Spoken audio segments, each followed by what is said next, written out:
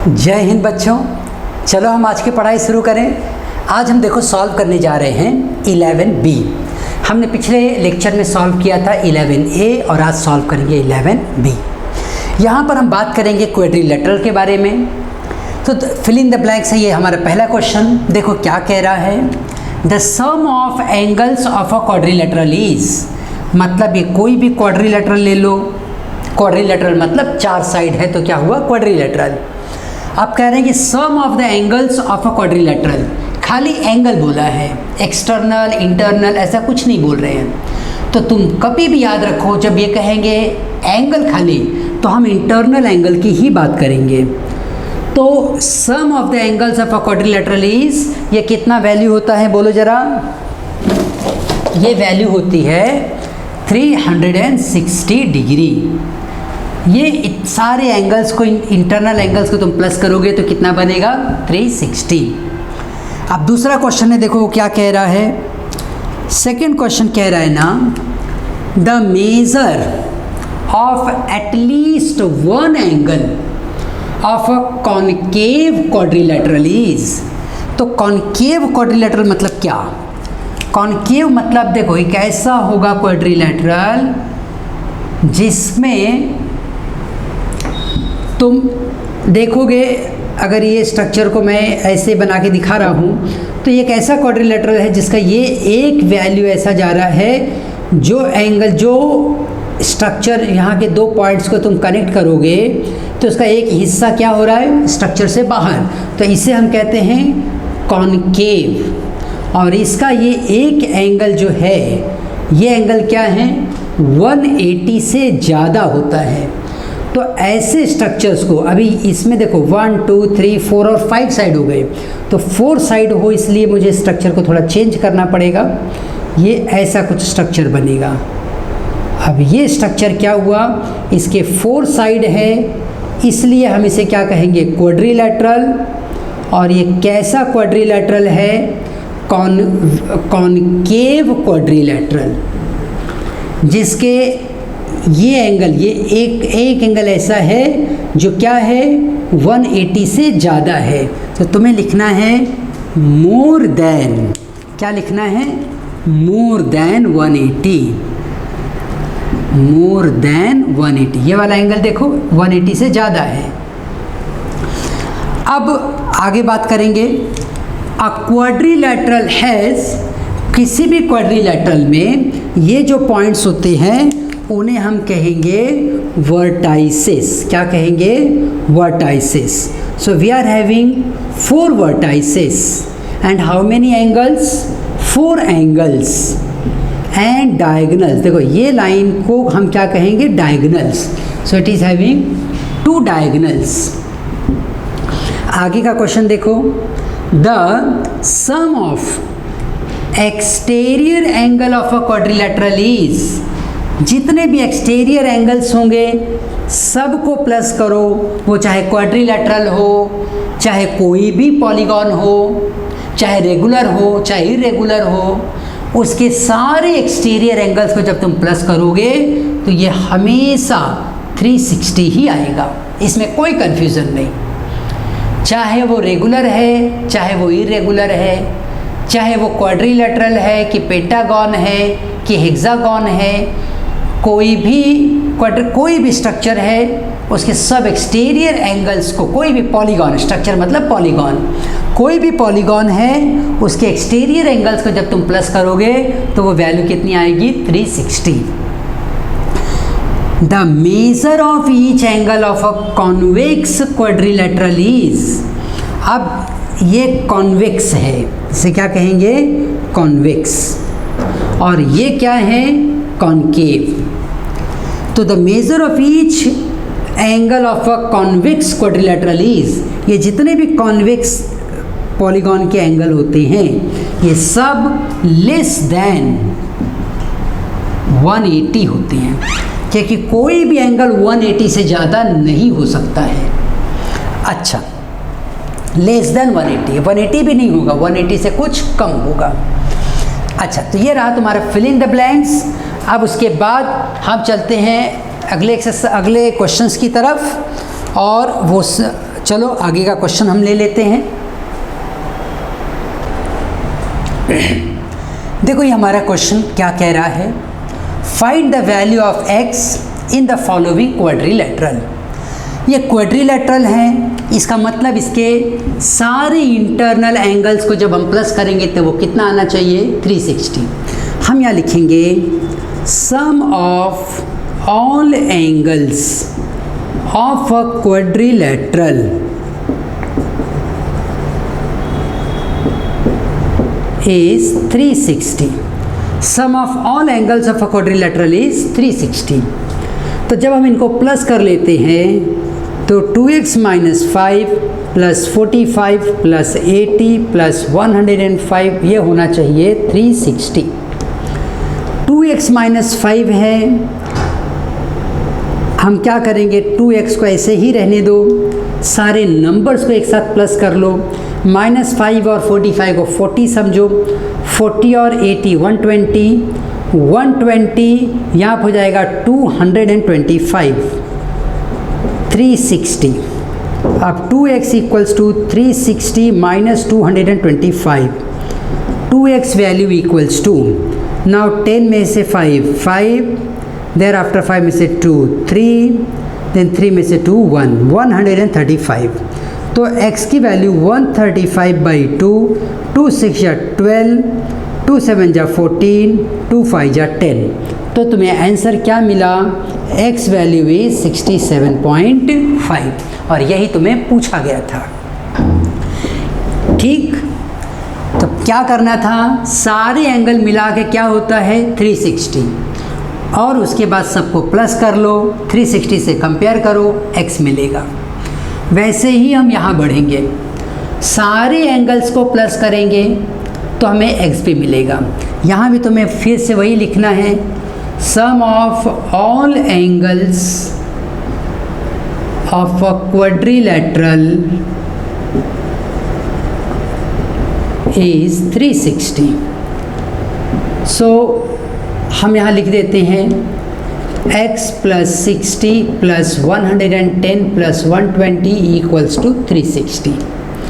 x इसे plus कर लो तुम, ये हो गया 230 और 290 और ये हो गया 360।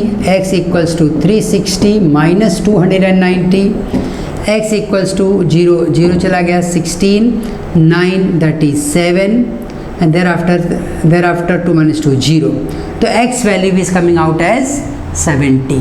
x value is coming out to be 70. तो ये रहा तुम्हारा ये सेकंड क्वेश्चन। चलो अब हम अपने अगले क्वेश्चन की ओर आगे बढ़ें। तो देखो ये हमारा थर्ड क्वेश्चन क्या कह रहा है, the sum of the two angles of a quadrilateral is this much, 145 degree. Other two angles are in this ratio. Find the angles. कहना ये चाह रहे हैं कि ये कोई एक क्वाड्रिलेटरल है जिसके एंगल्स के बारे में बता रहे हैं A, B, C and D। So अपने आंसर में तुम क्या लिखोगे, let ABCD be the given quadrilateral। So angle A plus angle B equals to 145, ये क्या है, हमें गिवन है। Angle C is to angle D equals to 3:4, 2:3, ये रेशियो दिया गया है 2:3। अब ये दोनों बातें हमें दी गई हैं कि भाई इसके दो एंगल्स को जब तुम प्लस करोगे तो वो 145 हो जाता है।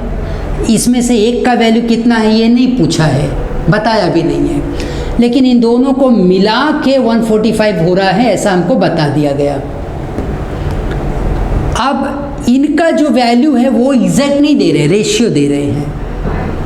तो हम ये कहेंगे कि सम ऑफ, यहाँ लिखेंगे कभी भी कोई भी क्वेश्चन जिसमें रेशियो दिया है तुम कह दिया करो let x be the common multiple of given ratio.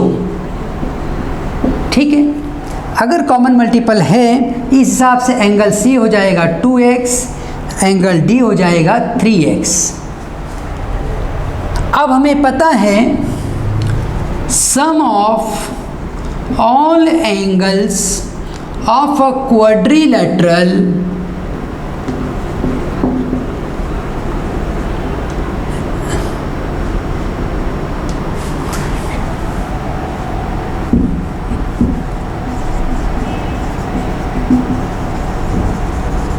Is 360। तो फिर हम यहाँ लिखेंगे angle A plus angle B plus angle C plus angle D, ये सब क्या होना चाहिए 360। अब एंगल A और B तुम्हें पता है, A और B पता है वो कितना है 145। C और D की वैल्यू ये 2x है, ये 3x है, इक्वल्स टू 360। ऑलरेडी एक बार तुमने बता दिया है, चाहिए तो यहाँ भी लिख दो angle A plus angle B equals to 145, हमने वही रिप्लेस किया है। अब 145 plus 5x equals to 360, so 5x equals to 360 minus 145, 5x equals to 10 minus 5 is 5, thereafter 5 minus 4 is 1, thereafter 3 minus 1 is 2. So x value is 215 by 5, 5 4 जा 20, 3 जा 15, so x is 43. जब तुम्हें x मिल गया तो तुम यहाँ पे c की वैल्यू फाइंड कर सकते हो। फाइंड द एंगल्स, वो क्या कह रहे हैं हमसे, फाइंड द एंगल्स। अब इसमें से एक एंगल की वैल्यू देखो क्या दिया गया है हमें x, तो angle C equals to 2 into 43 which comes out to be 86, and angle D क्या दिया है 3x which comes out to be 3 into 43, 3 3 जा 9, 3 4 जा 12, 129, ये वैल्यू आ गई। क्लियर। और A और B के बारे में पर्टिकुलर कुछ नहीं दे रहे हैं तो उसकी बात नहीं कर सकते हो। The sum of the two angles of a quadrilateral is 145, the other two angles are this, find the ratio. हम एक बार चेक कर लेते हैं कि क्या उन्होंने बाकी भी वैल्यू फाइंड की है क्या। यहाँ पर 11A 11B 16 17 नो, बस यही दो वैल्यू फाइंड किया है और इन्हीं दो वैल्यूज़ मतलब 43x मिल गया, ये 86 एंड 129। ठीक है, तो चलो अब हम अपने फोर्थ क्वेश्चन की ओर आगे बढ़े।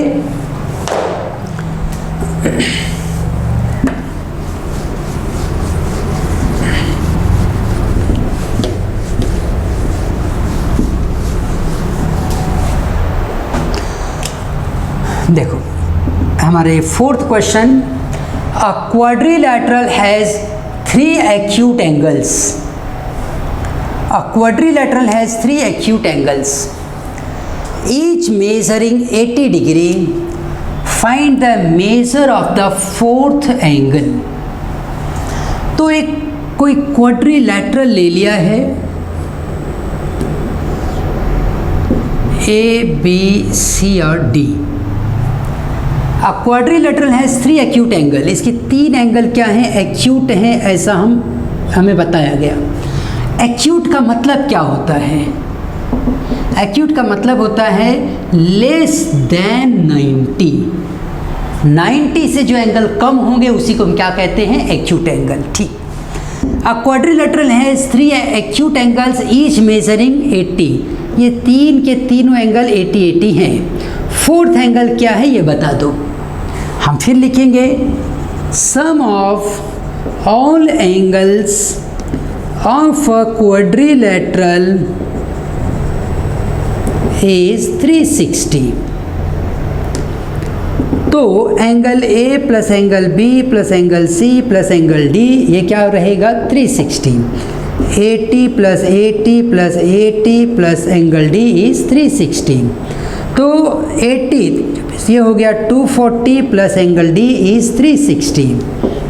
तो एंगल D हो जाएगा 360 माइनस 240, तो angle D coming out to be 120। ये रहा तुम्हारा आंसर। उस फोर्थ एंगल की वैल्यू कितनी आएगी 120। तो अब चलो हम अपने फिफ्थ क्वेश्चन की ओर आगे बढ़ें।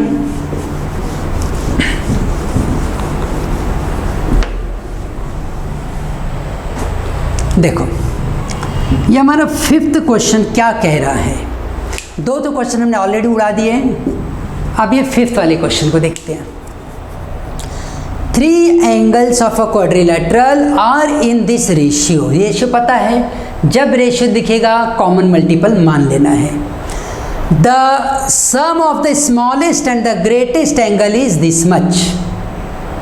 Find all the angles of the quadrilateral. तो ठीक है, हम यहाँ पे लिखेंगे कि let x be the common multiple of given ratio 3:2:1। So angles are.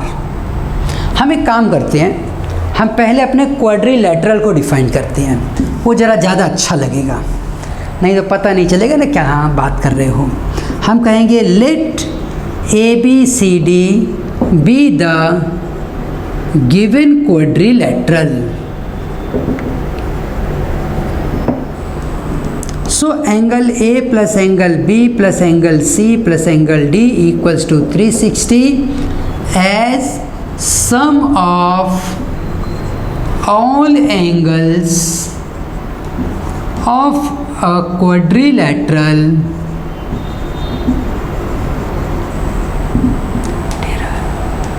is 360। तो यहाँ पर अब लिखो गिवन रेशियो क्या है भाई। गिवन रेशियो है 3:2:1। सो लिख दो let x be common multiple. So 3x ऐसा लिखते हैं। So angles are 3x 2x and x। अब गिवन कंडीशन है, क्या कंडीशन है उन्होंने देखो एक कंडीशन बहुत साफ दी हुई है यहाँ पे कि पहले तो ये रेशियो बता दिया, फिर लिखा the sum of the smallest and the greatest is 180। इसमें जो सबसे छोटा है वो और जो सबसे बड़ा है वो, तो हम लिखेंगे यहाँ पर according to given condition. According to given condition क्या है भाई given condition. 3x plus x करेंगे तो 180 आएगा। 4x is 180, x is 180 by 4, 4 4 जा 16, 5 जा 20। सो x value is 45 degree. x value कितनी हो गई 45 डिग्री। अब उन्होंने कहा था कि फाइंड ऑल द एंगल्स। अब एंगल्स हम कैसे फाइंड करेंगे, हम यहाँ पे लिखेंगे so angles are 3x that is 3 into 45, 3 5 जा 15, 1 3 4 जा 12, 135, 2x 2 into 45 which comes out to be 90, x which is coming out to be 45। अब फोर्थ एंगल कैसे पता करोगे, ये इंपॉर्टेंट क्वेश्चन रहेगा। फोर्थ एंगल पता करो, वो कैसे मिलेगा तुम्हें 135 प्लस 90 प्लस 45। तुम यहाँ पे लिख दो angle A plus B plus C plus D equals to 360। So 135 plus 90 plus 45 plus D equals to 360।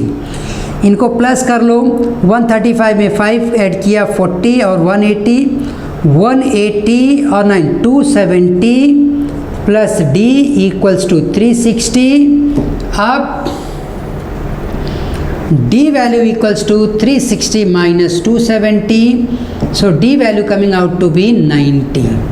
So D value कितनी रहेगी 90, बराबर है, yes. So angle D. So all the 4 angles are having this value 135, 90, 45 and 90। मतलब 2 angle 90 के और बाकी 135 and 45। तो ठीक है, अब चलो हम अपने अगले क्वेश्चंस की ओर आगे बढ़ें। अभी 5 क्वेश्चन कर लिया हम लोगों ने, अब कौन सा रह गया 6, 7, 8, 9 एंड 10। एक काम करते हैं, अब रिमेनिंग क्वेश्चन हम अपने अगले लेक्चर में लेते हैं, ठीक है। तो आज का ये लेक्चर यहीं पे ख़त्म करेंगे, हम फिर मिलेंगे अपने अगले लेक्चर में। तब तक के लिए आओ हम एक साथ कहें, भारत माता की जय।